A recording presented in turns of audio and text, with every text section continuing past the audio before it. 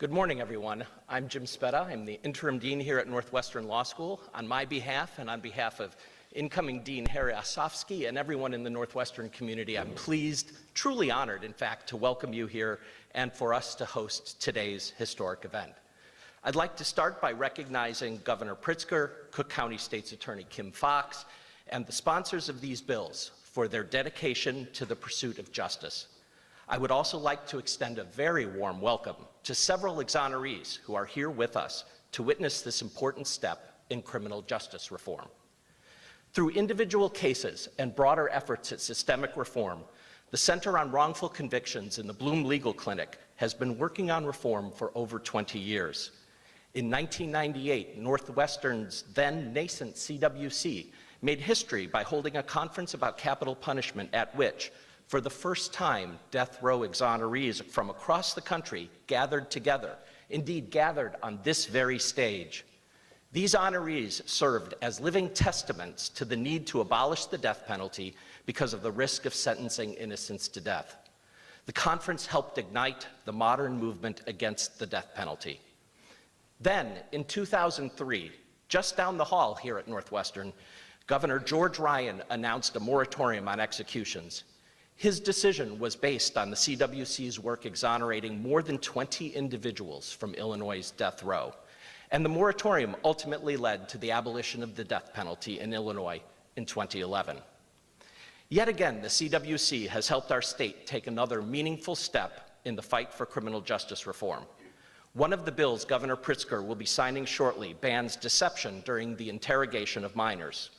For over 2 years, CWC co-director Laura Nyrider worked tirelessly alongside the bill's original sponsors, State Senator Robert Peters and State Senator Justin Slaughter, to champion this bill and to shepherd it through the legislative process. Each day, attorneys in the CWC and the Bloom Legal Clinic, just like Laura, use their power as lawyers to protect the powerless. They are true models for us here at Northwestern, for the students and for our community. We are also joined by CWC client Terrell Swift, who was himself exonerated after a false confession as a juvenile. Terrell testified at the legislative hearings, sharing his story and helping to make this day a reality. The 4 bills being signed today represent milestones in criminal justice reform, and I would like to express my profound gratitude to the many, many individuals who made this possible, including State Senator Peters, State Representative Slaughter, Laura Nyrider, and Terrell Swift. I am very proud that Northwestern Law is a partner in this work. I thank you all for being here. And now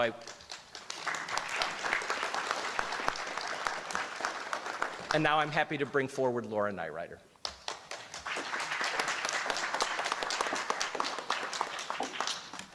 Good morning, everyone. Thank you so much for coming and joining us today. I'm joined at the podium today by Rebecca Brown, who is the Policy Director at the National Innocence Project, as well as Lauren Caseberg, who is the Legal Director at the Illinois Innocence Project. Today's historic achievement has been made possible due in large part to their expertise and advocacy.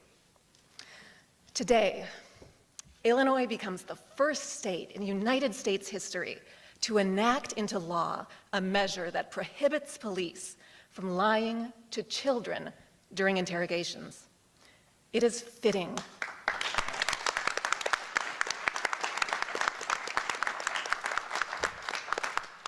It is so fitting that Illinois leads the nation on this issue. Here and around the country, far too many innocent people have been coerced into confessing to crimes that they did not commit. In Illinois alone, we know of 100 wrongful convictions that have been based on false confessions. And in 31 of those cases, the person who falsely confessed was a child. Many children who falsely confess do so because they are told downright falsehoods during interrogation. Statements like, "Your DNA was found at the scene," or, "If you confess, you'll get to go home," when those things aren't true. Today's bill is the first in the country to put an end to this dangerous and troubling practice. We are so grateful for the leadership of those who supported this effort and who are committed to ending wrongful convictions. Those leaders include Governor J.B. Pritzker, Lieutenant Governor Juliana Stratton, Cook County State's Attorney Kim Foxx, Senator Robert Peters, Representative Justin Slaughter, and Representative Jim Durkin. We hope that the deep bipartisan support that this law earned will inspire similar measures around the country. The statistics I've recited today are the lived experiences of the people who are with us today. We are joined this morning by wrongfully convicted people from all across the state who have gathered here to mark this occasion. It is our honor now to introduce one of them, Terrell Swift. As one of the members of the so-called Englewood Four, Terrell is a former client of the center. Now, like so many other exonerees, he remains a friend and a powerful advocate for reform. Terrell.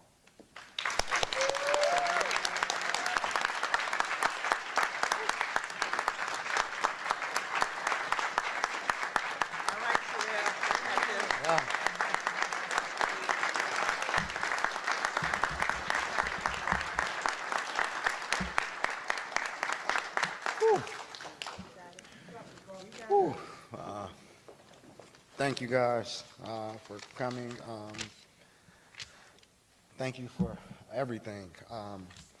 First, I have to acknowledge, all the people that worked with me. Senator Peters, Representative, I'm sorry, I'm going blank right now, just bear with me. Representative Slaughter, Northwestern, Rebecca, everyone that helped out with getting this bill to where it is, I thank you. Bill 2122, which is, to stop police from lying to stop police from lying to youth, which me personally, it would be an honor if this bill would be called Michael Saunders, after Michael Saunders for my fallen brother, because he too experienced exactly what I went through. All right. Thank you guys for having me. Again, my name is Terrell Swift. As you're familiar with, I spent 15 and a half years in prison for a crime I did not commit. I was 17 years of age when I was, the Chicago Police Department was looking for me, asking me, saying that I was hiding someone, initially saying that I was hiding someone. I wasn't hiding anyone, so I called the police to find out what was going on. Called the police, sat at a location and told them where I was. The police came there, laid photographs on the table and asked me, did I know any of the gentlemen? I didn't know any of the gentlemen. They asked me if I would be willing to come to the police department. I didn't have an issue with that. I didn't do anything wrong, so I didn't think that would be an issue. The police subsequently told my father and uncle that they would take me to the police department on 35th and Low, but they took me and they put me in the car and shot me to the police department on 51st and Wentworth. The first lie, which is why this bill is so important. Then when I get there, I get hit with a series of lies. I raped and murdered someone who I did not even know. I'm accused of raping and murdering someone with people whom I didn't even know. My fallen brother who I spoke of, Michael Saunders, that's my brother now, but back then we were kids. We didn't even know each other, but that's my brother now. I'm sorry, I'm a little stumped. And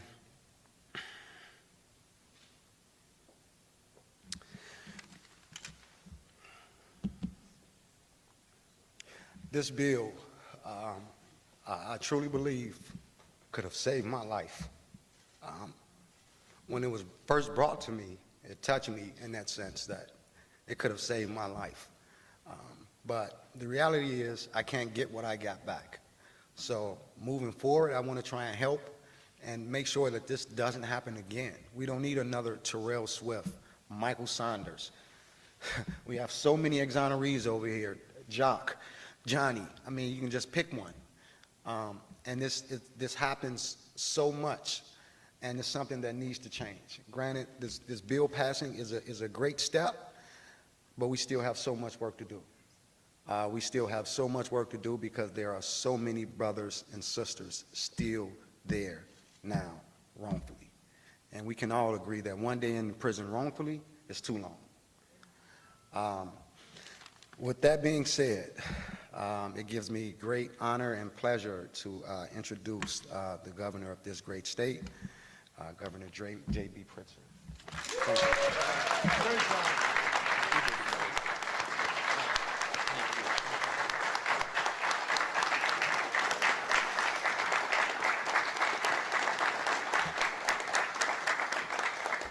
Well, good morning, everyone, and thank you, Terrell. Thank you not only for that kind introduction, but most importantly for your incredible bravery, for being somebody who, in the face of having lived through life's most difficult moments, you have now made a difference in thousands of people's lives. And I cannot thank you enough on their behalf. I want to also thank Dean Spetta for your leadership, to Laura Nyrider, who is a fighter every day for justice, and to the entire team at the Center on Wrongful Convictions. You do amazing work, really amazing work, and I've been thrilled to support that work and to believe in that work. I was a student here at this university, at this law school. I have to admit, I walked by the law school library and got the heebie-jeebies. But I know no one's going to force me back in there at this point in my life. But this is a great institution with great people representing it, and I am very proud to be a graduate of this great law school. Before I begin, I want to just briefly speak to yesterday's meeting at the White House with President Biden and Vice President Harris. We had a discussion about federal infrastructure package. To be clear, Illinois is defining what it means to invest in infrastructure in today's economy, and I'm very proud that just yesterday CNBC named Illinois as the best state in the nation for infrastructure investment. I'm very proud of that.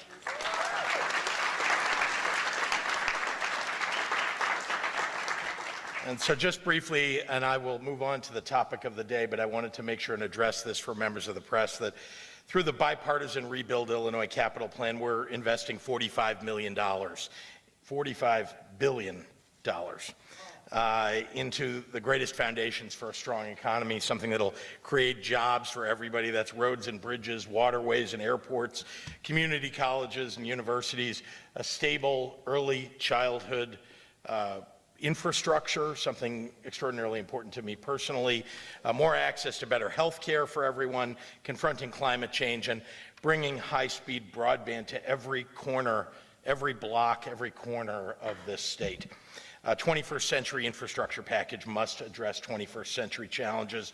We're doing that here in the state of Illinois, and that's exactly what the president is working to pass at the federal level. It will be an enormous assistance to all of us.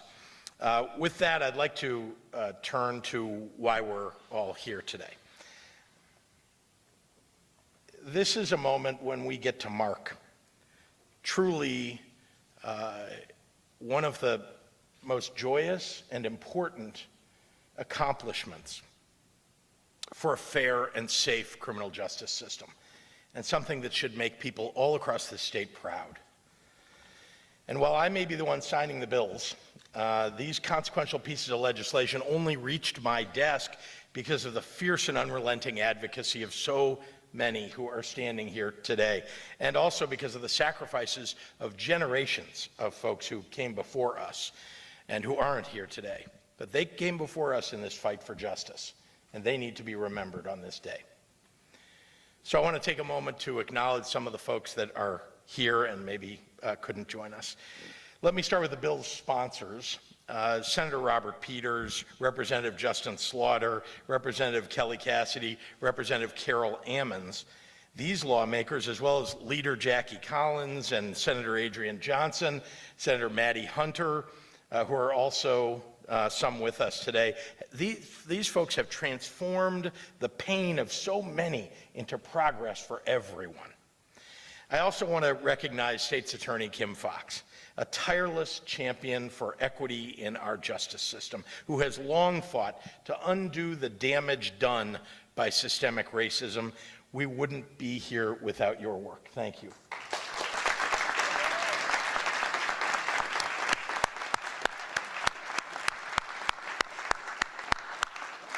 And of course, my partner in governance and a lifelong advocate for restorative justice, someone who's fought for criminal justice reform for her entire career in public life, and that's Lieutenant Governor Juliana Stratton.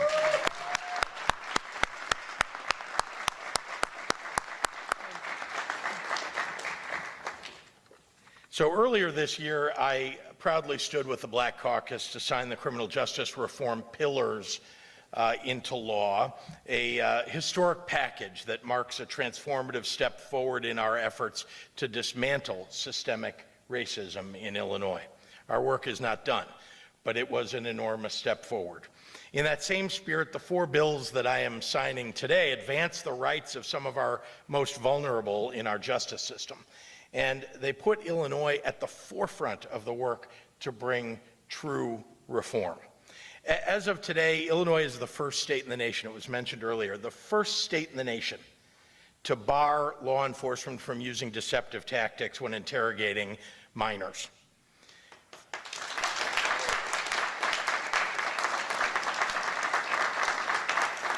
False confessions have played a role in far too many wrongful convictions, leading to painful and often life-altering consequences, as Terrell described. And that rings true for the youth who are most vulnerable to these tactics. My deep hope is that Illinois is setting an example for the entire nation to pass this law in all 50 states. Second, we are encouraging the use of restorative justice practices, moving to a system that repairs harms and addresses trauma. This legislation makes restorative justice a more viable option for survivors, cultivating safer spaces where individuals can speak freely without fear that their words may be used against them. Next, we're addressing mass incarceration, allowing states' attorneys to petition courts to reduce sentences in worthy circumstances. This bill allows prosecutors to consider factors including prison disciplinary records, proof of rehabilitation, and being a reduced risk to society due to age or health. And to ensure that we continue to address mass incarceration and overly punitive sentences, the final bill this morning creates a resentencing task force, bringing experts and stakeholders together to make recommendations about addressing sentences that we would all say, in hindsight, were too harsh.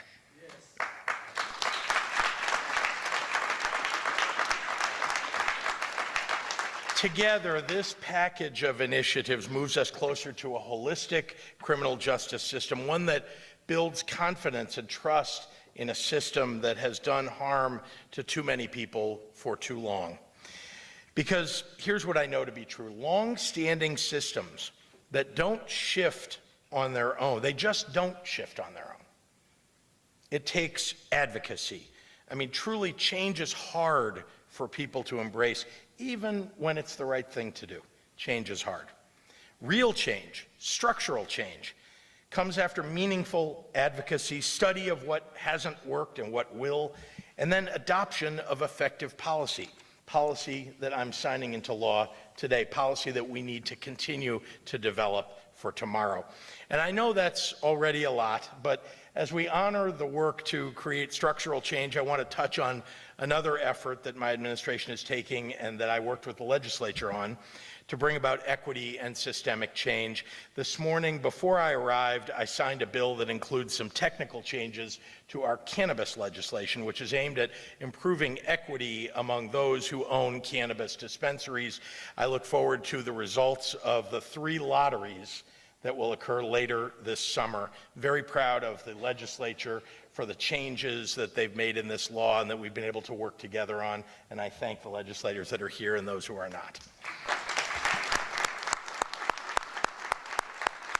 And with that, I'm very proud to turn this podium over to a true fighter for justice, a friend to everyone in the state of Illinois, but especially to the people of Cook County, and that's our own state's attorney, Kim Fox.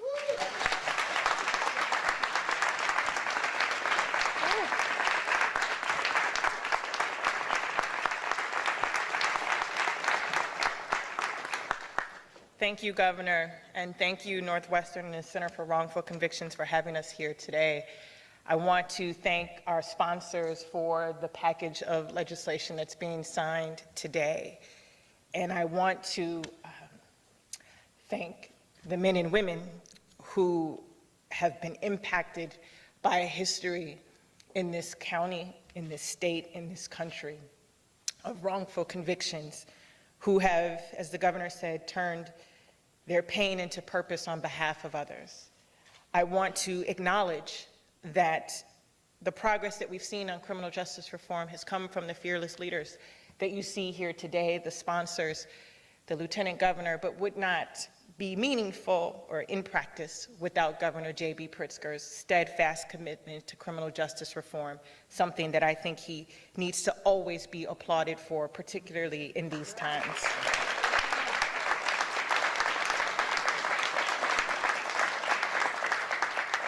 I try not to get choked up, and I normally don't have notes. Everybody makes fun of me. But this is such a historic day, and the impact and implications for what this means, not just for Illinois, but what it will mean for the rest of the country, is a reason for us to take pause. I also, before I offer my closing remarks, want to thank my team. People say all the time, what is it the prosecutor's business caring about wrongful convictions? I'm questioned, surprisingly, quite regularly, about my adherence to the Constitution of the United States. That somehow the belief in justice, fairness, and equity should only be considered by defense attorneys and not prosecutors. We're here today because these men and women who have been impacted by this system were impacted not by an anonymous system, but by actors, including prosecutors. And if we as prosecutors don't acknowledge the harm that was caused, even if unintentional, by our weight, and leave it to others to fix, we will only half-heartedly get to real criminal justice reform. And so it is, with its complications, being a prosecutor taking on these issues. But I could not do it without the incredible team in our office who does this work, often when it is not understood, even internally. So to Michelle and Becchiani, Ari Jones, Nancy Aducci, for the work that they have done in transforming how prosecutors see themselves as agents of change, I thank you wholeheartedly. This work is incredibly important. You've heard Terrell's words. And in the memory of Michael Saunders, who I had the opportunity to meet 5 years ago, who said when I was running, "Are you going to see us? Do you recognize what has happened to us?" And I promised him then that I would. The work that we're doing, not just on the deceptive practices, but also looking at revisiting sentences, recognizing the harm that mass incarceration has done, not just to the individuals, but to communities and to society as a whole, allows for us, prosecutors, to go back and look with a new lens, to say we must start afresh. That laws where people were convicted and sent to prison for decades, or they wouldn't spend that much time today. We can't just fold our hands and say, oh, well, that's what it was. What this bill does today, it says what it can be and who we should be, that we ought not be trapped by bad policies of the past at a time where we didn't have as much fearless leadership as we have now. And lastly, all of this criminal justice reform package that you have seen today in the history of this governor's administration is about public safety. This is about public safety. Trust and legitimacy in our criminal justice system is how we get people who would be reluctant to engage with us to engage. When we convict the right people by not using tactics to lie to children, the actual person who committed the harm goes free. This is about public safety. You cannot have public safety without justice reform. You cannot have credibility in our systems without acknowledging the harm, forging a path to do better, and doing the work. This puts words into action, and we are fortunate here in Illinois to have such great actors heading our state legislature in our state.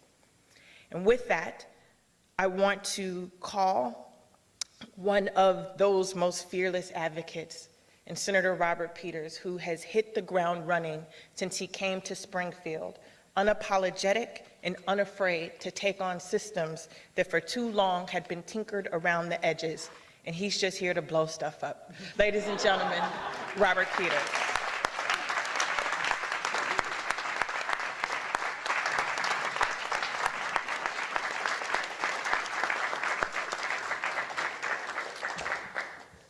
So yes, I'm State Senator Robert Peters of the 13th District, and to follow such a powerhouse like State's Attorney Kim Foxx, I mean, wow, you know, she's really a legend and a game changer when it comes to public safety in this country. And I'll just say, more people need to realize that she's at the forefront of making our community safer and better and stronger. I want to thank Governor Pritzker, Lieutenant Governor Juliana Stratton, House sponsors, Representatives Justin Slaughter, Kelly Cassidy, and Carol Ammons. But I want to especially thank the tireless organizers and advocates who made all of this happen. The exonerees, the Wrongful Conviction Center, the Innocence Project, who understand that there cannot be justice if those in power are allowed to deceive. And the organizations leading to expand restorative justice, like JJI, CASE, Chief Judge Evans, the Catholic Lawyers Guild, who understand that creating more harm doesn't solve for harm. We have seen the dangers of the failures of tough-on-crime policies. We see it in the faces of the exonerated. We see it in the faces of survivors. We see it on our televisions. We see systemic failures over and over again. We're promised public safety, and yet it seems like it's something we chase over and over again. Chicago sports teams have better draft records than tough-on-crime policies have providing us safety. It is time that we move towards a new era of public safety for all, public safety by the people, public safety that belongs to us. What does this reimagining public safety look like? It looks like what we have done in Illinois. I was just in California visiting future in-laws, I hope. And I bragged to them, because too often when it comes to Illinois, we walk around with a sense of shame. But we should be proud. With this governor, this legislator, with these leaders, we are showing the country what it means to move forward in the 21st century, what it means to lead. I'm sick and tired of us being a punching bag, and we're going to fight back. Amen.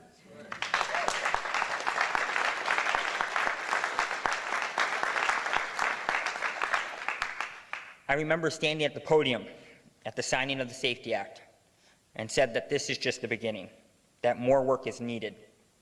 We are doing that work. We're ending the practice of lying to kids during interrogations, beginning the long journey to end the infamy of the false confession capital of the world. We must not waste the potential of our fellow neighbors by locking them up and throwing away the key.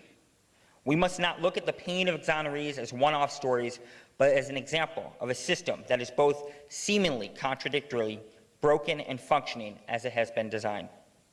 We must get to the point where your experience in prison isn't a barrier to living your life.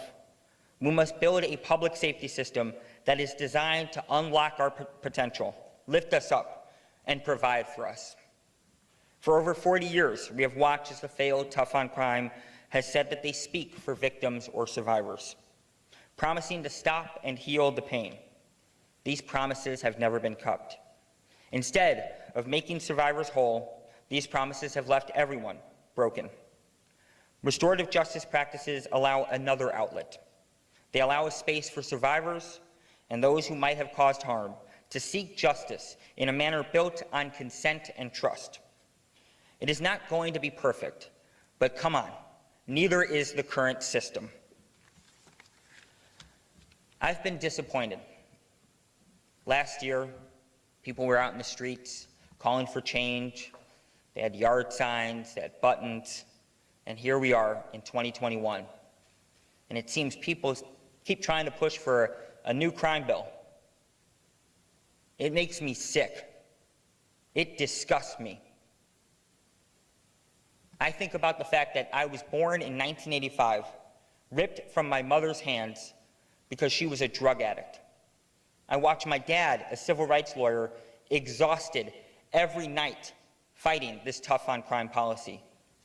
We cannot go back, and we will not go back.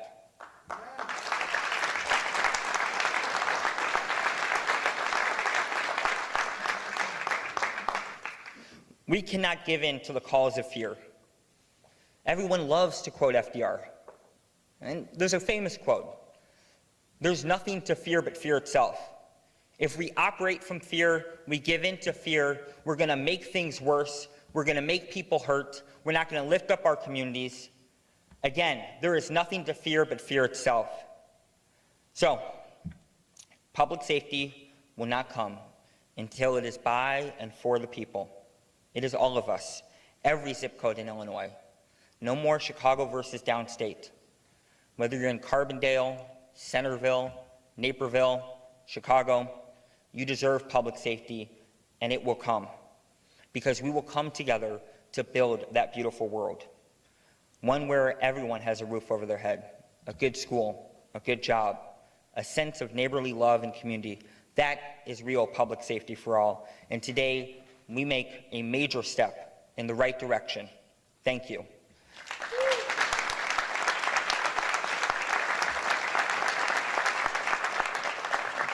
Next up, I want to call my ally, my friend, a real champion for when it comes to having safety in our communities and in this state, Representative Justin Slaughter. Thank you, Senator Peters. Good morning. I am Justin Slaughter, Illinois State Representative of the 27th District. I'd like to once again, thank and commend Governor Pritzker and Lieutenant Governor Stratton for their tremendous leadership on criminal justice reform. This administration believes in bringing more fairness, equality, and equity to our criminal justice system. We are grateful for their leadership, proud of their efforts. If you're like me, someone who really pays attention to these matters, you will know this administration is at the forefront of this discussion, and they are national leaders. Yeah.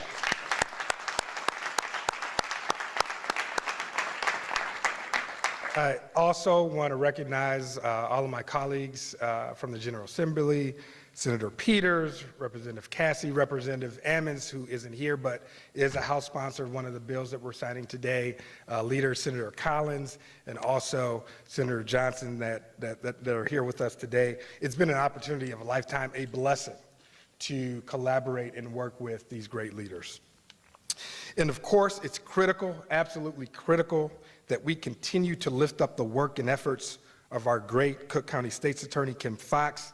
She has undoubtedly been and will continue to be at the forefront of criminal justice reform and really reimagining, I guess that's the word I'll use here, reimagining public policy and our public safety strategies.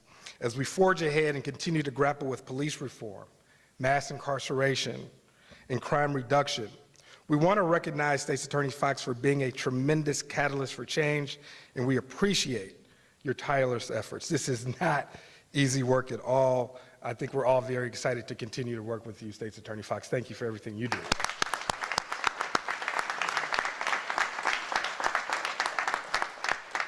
With all that being said, I want to highlight two bills the governor is signing today, HB 3587 and Senate Bill 2122.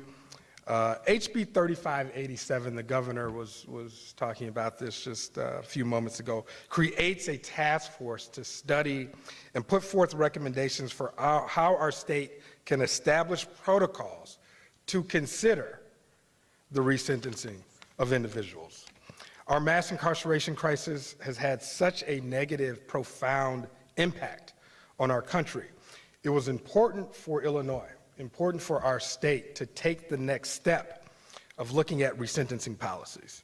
We are happy today, we're grateful today that we'll be starting with Senate Bill 2129, which allows states' attorneys to request resentencing, but we know that ultimately other entities can and should be a part of the process, and we want to build towards a system where judges, prison and correctional executives, and even the individuals themselves can request resentencing. And we look forward to the task force doing its work and issuing and providing these critical recommendations. Earlier, I had mentioned that this administration is leading the nation when it comes to criminal justice reform. I've said that before.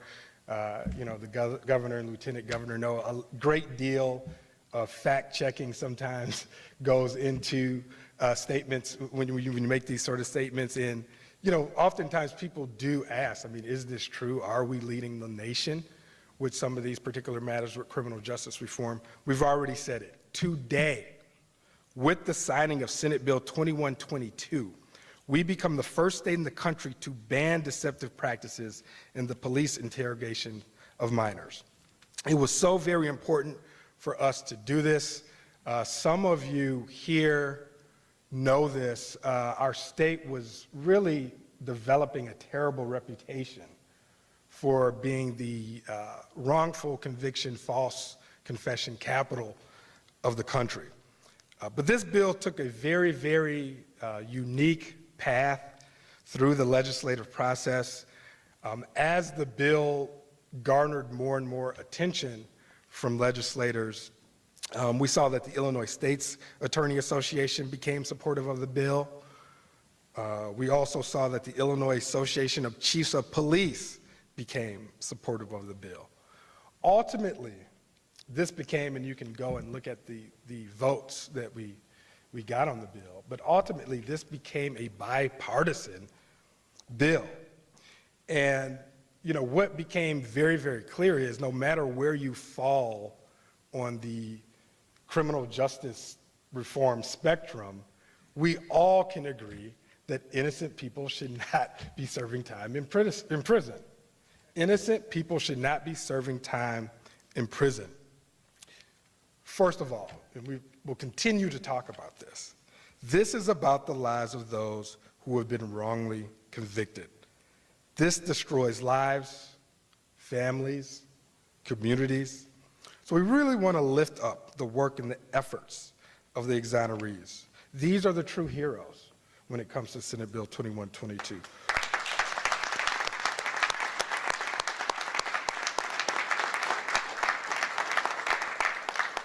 The exonerees have not only persevered through their life, but many exonerees, like Terrell Swift, have engaged in the government and legislative process to bring about change. Yes. And they are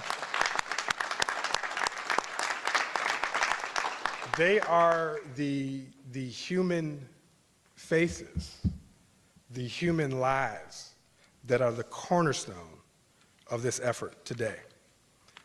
As the House sponsor in presenting the bill, I was somewhat reluctant to bring up some of the other reasons and factors for why we needed to do this bill. I honestly felt like destroying lives was reason enough to do the bill. But I remember I was talking with Attorney Michelle Mbecchiani right here, who works for the Cook County State's Attorney's Office, and we're going back and forth about strategy. She's like, you know what, let's bring up these other factors. So just to highlight some other things. First of all, fiscal responsibility and public safety. Fiscally, this is a double whammy for taxpayers. Taxpayers have been paying millions and millions of dollars for the cost of these settlements. And then secondly, there's the unnecessary cost stemming from incarcerating an individual who's innocent. And then actually a third factor here, this really didn't come up in committee or on the floor, But really, there's a third kind of fiscal impact, mainly absorbed by state's attorneys' offices that need to go back and reopen these cases in an attempt to actually prosecute the actual offender. And speaking about sticking there with the actual offender, shifting to public safety, when the wrong person is incarcerated, the actual offender is still in the community, free to commit further crimes. State's Attorney Fox hit on this. Trust in law enforcement. False confessions diminish the community's trust in law enforcement. As we push forward with police reform, we want and need the community to want to engage and cooperate with law enforcement. All very, very critical factors when you consider the signing of the bill for this today. Now look, I would be remiss if I did not highlight the efforts of the advocacy team that just put so much time and energy and effort into this bill.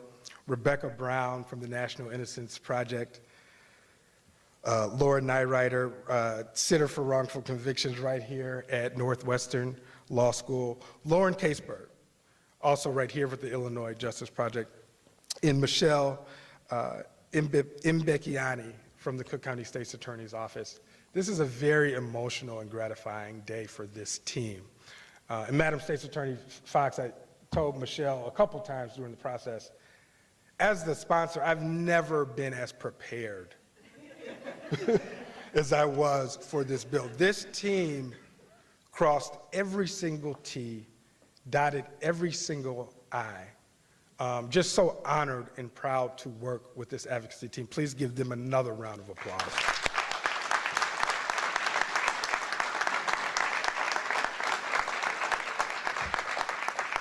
So in closing, and many of us have said this, we have a lot of work to still do, but it's a great day that we're able to celebrate these great accomplishments. And it gives me the pleasure, the honor to introduce to you a friend, a colleague. Representative Cassidy's commitment to criminal justice reform is second to none. Vice Chair of the House Judiciary Criminal Committee, Chair of the House Restorative Justice Committee, I give to you State Rep Kelly Cassidy.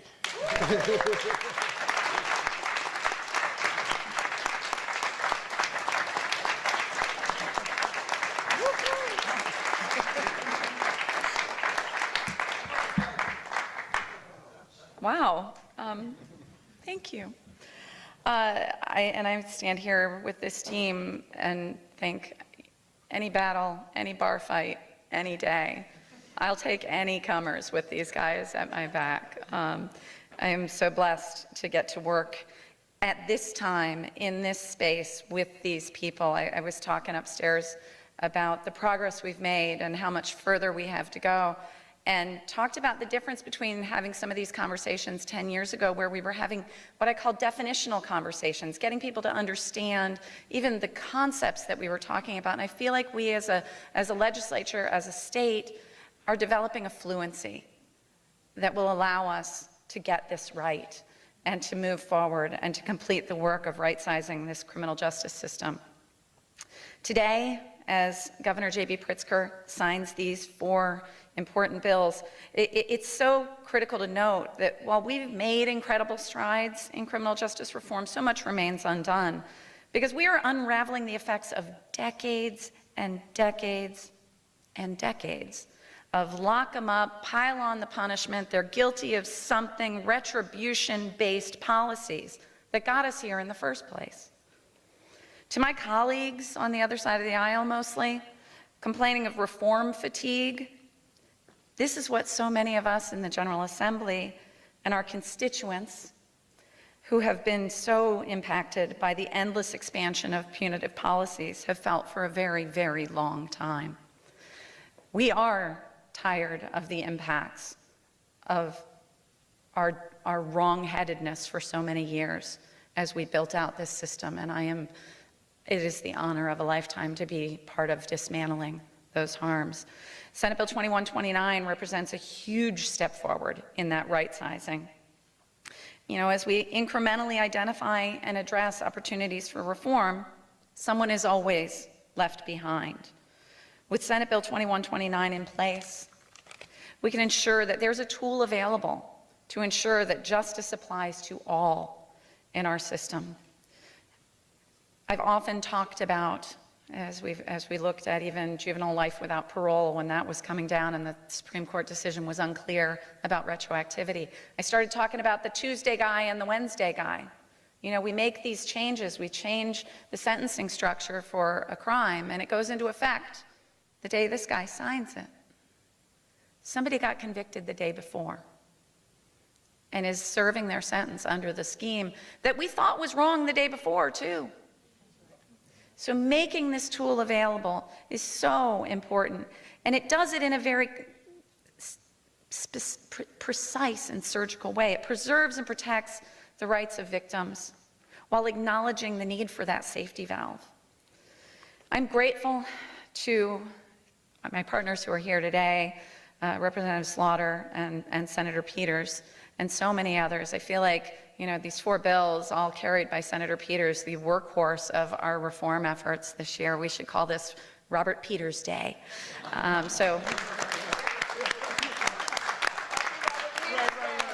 Happy Robert Peters Day, everyone. To State's Attorney Kim Foxx, so much has already been said. Having her partnership through so many of these battles has been so amazing. She recognized the need for this and brought forth language to accomplish that delicate balance I described. So many over the years, the Senate Bill 2129 is probably the 6th version of a bill that's been around that I've carried for several years with so many partners.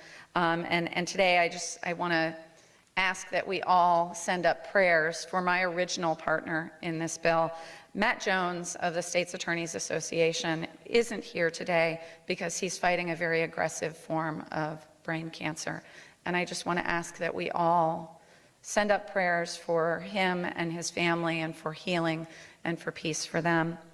And as we do so, we also think of the folks that have been harmed by the system and share those prayers for peace for everyone. And with that, another amazing partner for so many years through so many battles. I'm so pleased to bring up our Lieutenant Governor, Juliana Stratton. Can you send me Matt's number? Good morning, everyone. And thank you so much for that warm reception. I'm the one that stands between the bill signing, so I'm going to get right to it, but I want to thank my friend and former colleague and Justice League sister, Representative Kelly Cassidy, for that introduction and for her incredible leadership. I do want to begin my remarks by pausing just a moment to just say to Brother Terrell, thank you. Thank you for sharing your powerful truth. And I want to acknowledge both the harm that you have experienced as well as the importance of your presence here today at this bill signing, as we collectively work together to repair the harm that has been done to you and to so many others in our state. And of course, I want to thank Governor Pritzker for your tremendous leadership and your work to ensure that our justice system is reflective of our state's values of justice, equity, and opportunity, especially, thank you. Especially for those in which these values have been historically denied. I'm always proud to stand with you as you lead our state. Our distinguished guests and bill sponsors have already been acknowledged, and you've heard from them. So in the interest of time, I'll just simply say to all of you standing with us today, thank you for your consistency, your advocacy, and your vision for a more just Illinois. I do want to take just one moment to acknowledge Chief Judge Timothy Evans. Thank you for being here. My good friend and a tremendous leader. And I would want to take one moment to also acknowledge the director of the Justice, Equity, and Opportunity Initiative in my office, Yaakov Delaney, who is here today. Thank you for doing your work. So in a few short moments, whenever I'm quiet, Governor Pritzker will sign 4 bills that will change the trajectory of individuals, families, and entire communities. And in doing so, he reaffirms our administration's commitment to restorative justice. This moment is about so much more than just reforming a system. This is about repairing the harm that has been done by this system to far too many people, especially those from Black, brown, and indigenous communities. Senate Bill 2122 bans deception in police interrogations of minors because far too many of our young people have been harmed by false confessions as a result of this deception. And this bill is restorative because it recognizes that when it comes to a child whose brain is still developing, we absolutely must protect them as they are especially vulnerable. Senate Bill 2129 is restorative because it creates an opportunity for resentencing and gives states' attorneys an avenue to recognize the human potential for people to change. And aren't you grateful that we have states' attorneys like Kim Foxx here in Cook County? House Bill 3587 is restorative because the resentencing task force will develop innovative approaches for looking at a person's history while incarcerated, recognizing the steps they've taken throughout their incarceration and how they are working to achieve their best self, whether through education, employment, or other restorative practices. And finally, Senate Bill 64 is restorative because it allows safe spaces for a person who has caused harm to be open and honest and accept accountability in a way that promotes healing and restoration. As a trained restorative justice practitioner for over 2 decades now, I have dedicated my life to bringing people together to heal, collaborate, and work towards change. We must end mass incarceration and continue to reduce our state's prison population. We must invest in communities and better support those who have been harmed, whether by individuals or by systems. And through it all, we must honor one another's humanity and have a bolder vision about what's possible and what true community safety really means. As you've heard throughout this morning, this is what today is really about. And so with that, I invite Governor Pritzker to come forth and sign these bills into law.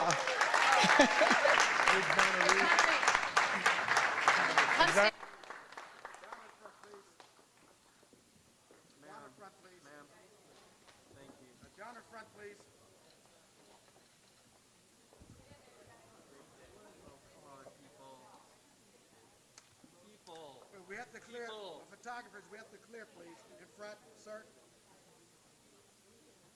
We have to clear front, please. Please. If you take charge and tell us folks to slide over, please.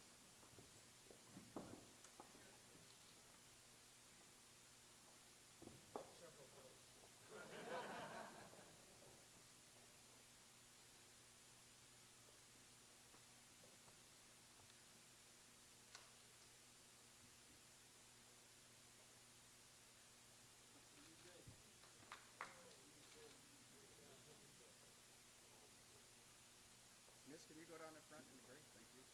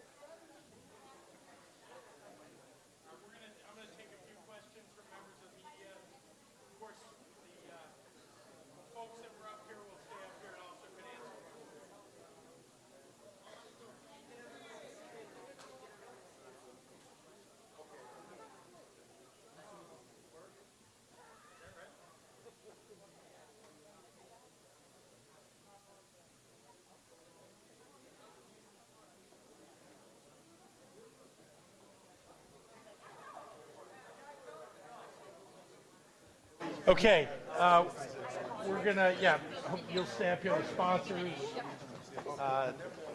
Laura Nyrider and others.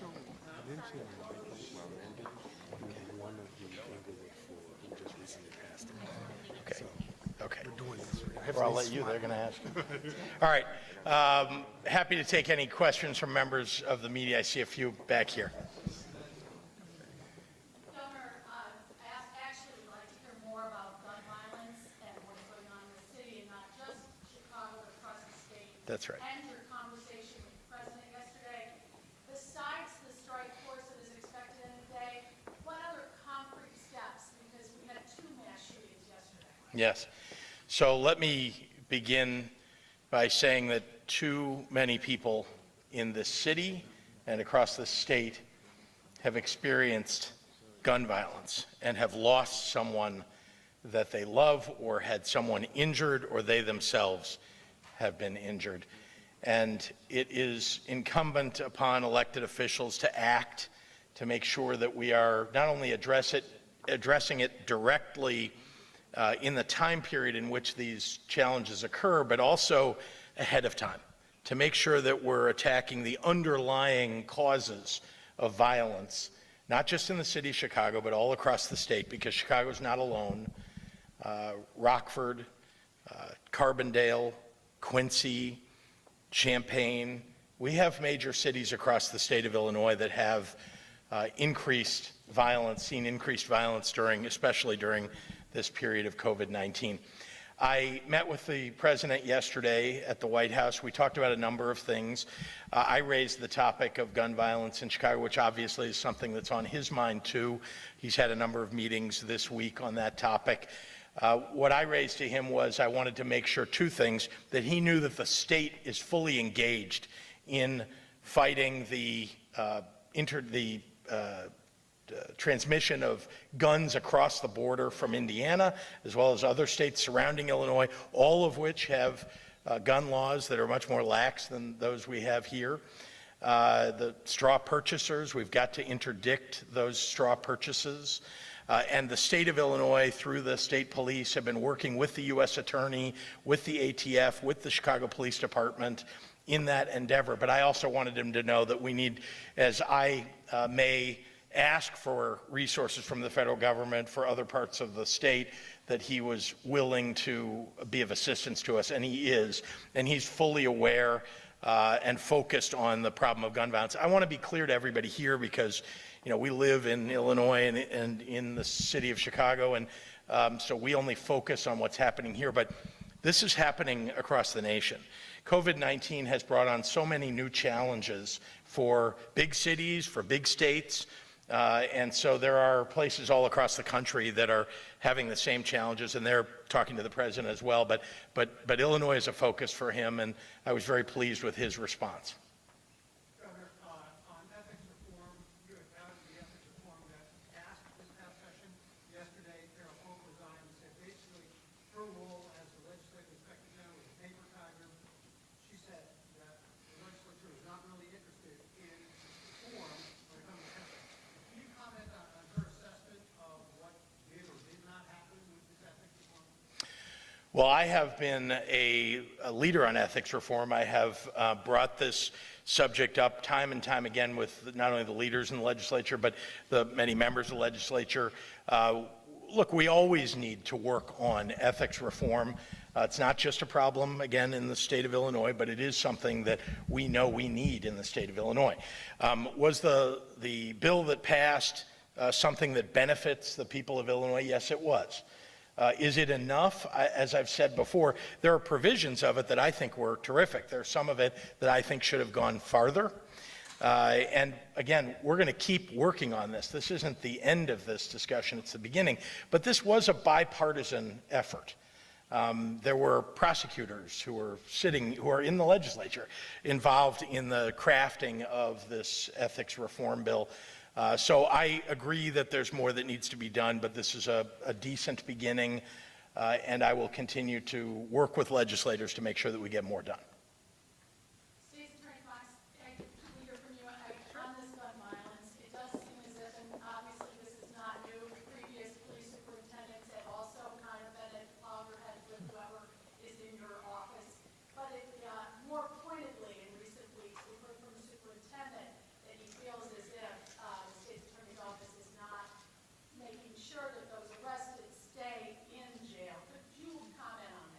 You know, I echo the governor's comments. The violence that we've seen in Cook County has been horrific.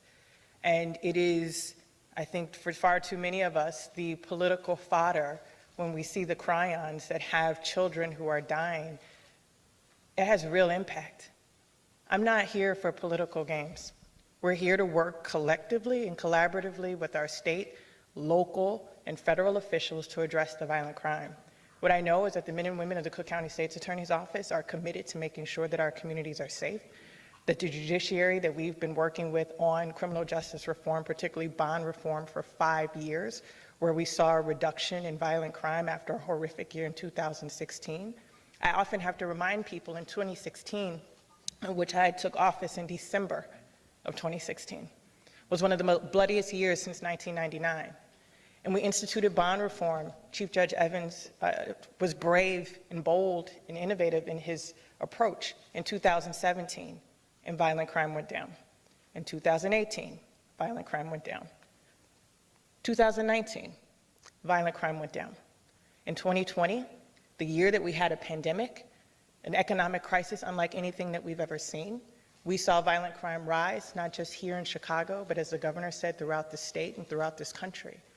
What is required in this moment, while there is blood teeming in our streets, is for us to come together, to work with our partners, not just in law enforcement, but in the community, why these bills today matter, so that the people in those neighborhoods who want to see their community safe will pick up the phone and call the police and know that they're going to get a response, and a justice system that will treat them fairly. That's what's required right now. And so while I respect the superintendent has an incredibly difficult job under incredibly difficult circumstances, my commitment is to the people of Cook County to have a fair and just criminal justice system where the Constitution prevails, not emotion.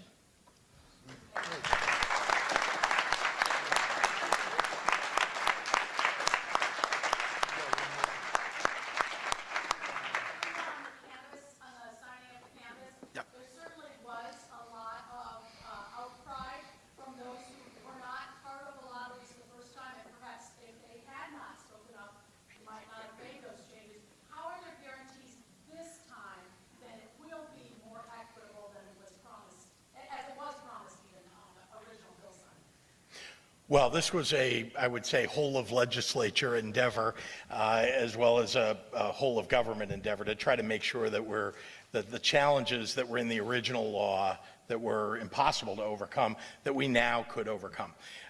So we're working very hard. As you know, today, in addition to signing that legislation, we're actually issuing 200 craft grower licenses across the state, and about 67% of those are going to people of color. And so there will be people getting into business in the cannabis industry nearly right away, and I'm very pleased about that. But we have those 3 lotteries that are coming up, and you know, as far as I'm concerned, we want to make sure that they go as smoothly as possible. And so we've been working every day since this bill was passed, really, to try to set up the proper lotteries so that we get the results that, you know, we're all expecting. Yes.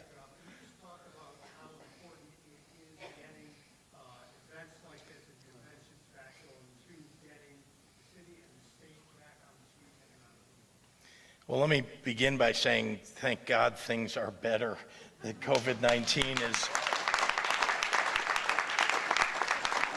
Thank you to all of you who have been vaccinated already, to those of you who need to be vaccinated still.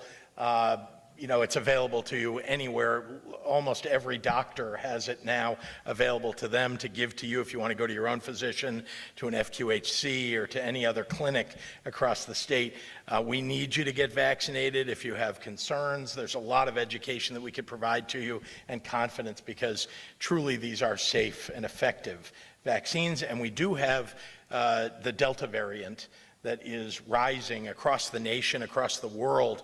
So don't think that we're entirely through this yet. We've seen a rise in cases in the state. So with that having been said, I want to say, Craig, that I'm very, very pleased that we're able to reopen McCormick Center. We're able to welcome people to conventions, people from around the world. This is great not only for commerce in the state of Illinois, but for jobs. Union workers are back to work at McCormick Place. And as for me personally, I thoroughly enjoy the auto show. I have enjoyed test driving cars there, seeing the concept cars that sometimes are shown at the auto show. And so I can't wait. I'm going to be there this evening to open the show, but you'll probably see me sneaking in at some other moment to try out one of the cars. We'll do one more. Okay, thank you.